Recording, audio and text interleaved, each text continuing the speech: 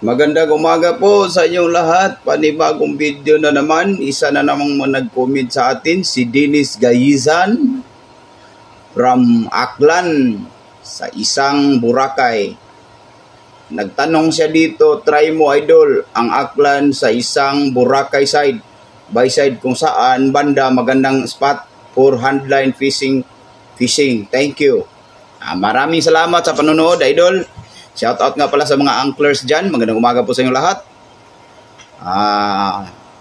Sana na andyan kayo sa magandang kalagayan dyan. Siguro marami kayong huli dyan. Kasi po yung islang Boracay is napakagandang spato. Ito po yung islang Boracay. Oh. Ito, sabi niya side by side. Tinanong niya.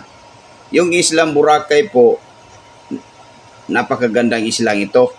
O, tingnan nyo. Ito yung Boracay, di ba? Yan.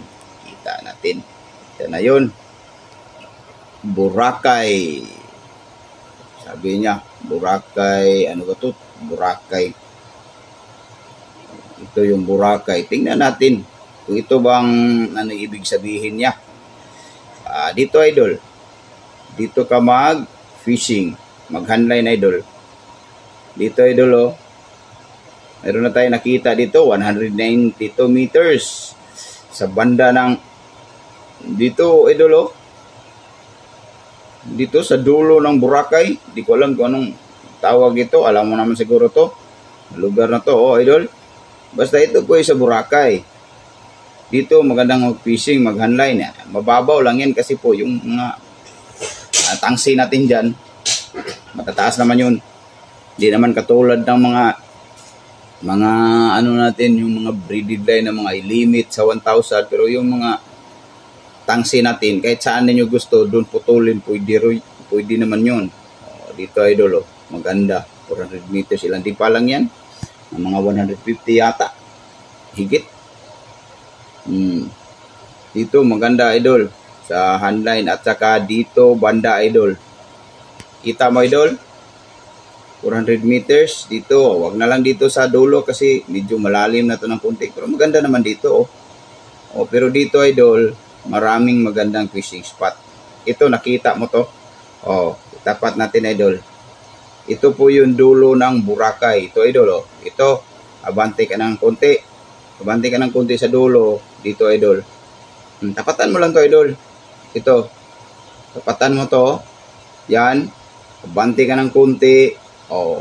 Pwede ka dito sa 100 at 200 meters. Kasi maganda ditong bahura, Napakaganda, idol.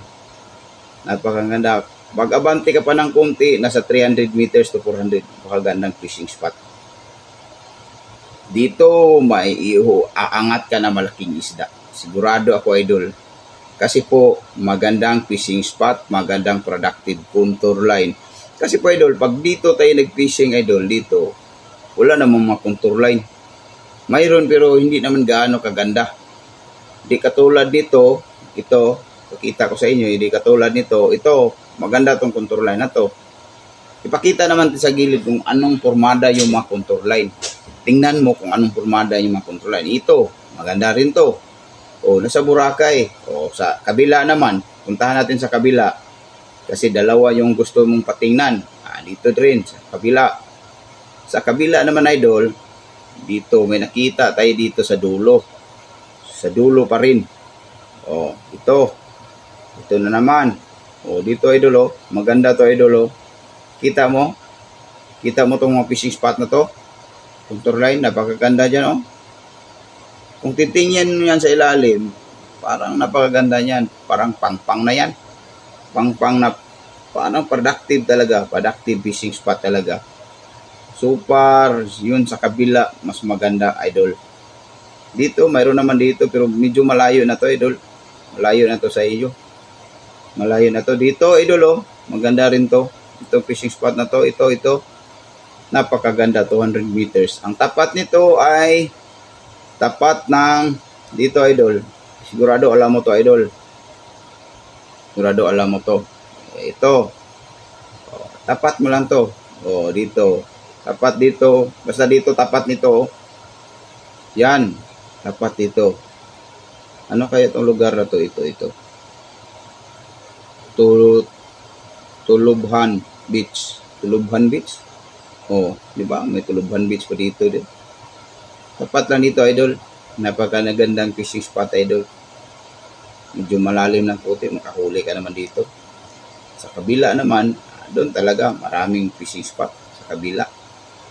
Kikita mo. Kahit dito, ito 400 na to. Ganda fishing spot to. Yun. Diba?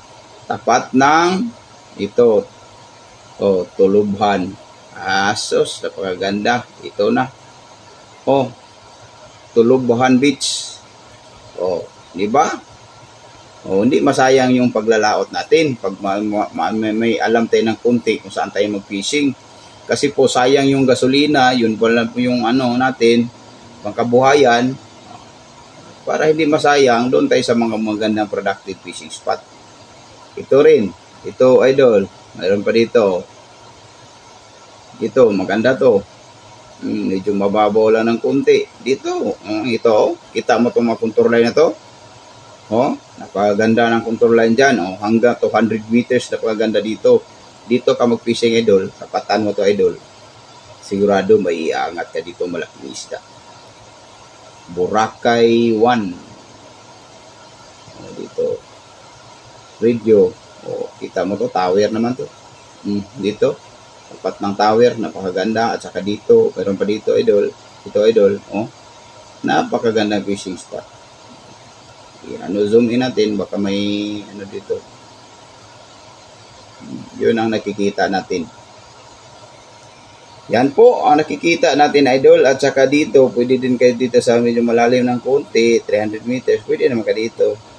Kung gusto mong medyo malalim ng konti, 300 o 100, nasa mahigit 150 meters lang ito. 150 di pa, nahigit ito, 400 meters. Dito maganda talaga, idol. Oh, grabe, ang ganda ng fishing spot sa kabila pala. Oh, napakaganda, idol. Oh, tingnan mo. Handline dito, sigurado may angat lang yung laking isda, idol. Tapat dito ay, dito po talaga, oh. Sa gitna ng isla, tapatan mo yung gitna ng isla, abante ka ng konti. Sobrahan mo ng mga 100 di pa, 150 to 200 di pa. Kasi handline po yung ano ninyo. Dito po, idol. Napakaganda na dito, idol, oh. Napakaganda dito, idol. Handline, sigurado may iangat kang malaking isda. At shoutout nga pala sa mga uncles dyan. Maraming salamat sa panonood. Yung kaibigan natin dyan, ng mga nag-handline. Huwag niyong kalimutan mag-subscribe at i-hit yung notification bell para updated kayo sa mga video in-upload natin. Tapos mag-iwan kayo ng comment kung saan nyo gusto puntahan natin. Para makita nyo kung saan yung mga productive contour line, productive fishing spot para mayroon kayong huli na maiuwi sa bahay natin. Kasi po, yung gasolina natin napakamahal. Kunyari, yun yung inaasahan natin. Sayang naman yung mga ano natin, paglaot. At maraming salamat sa panonood. Peace on po. Mag-ingat kayo sa laot.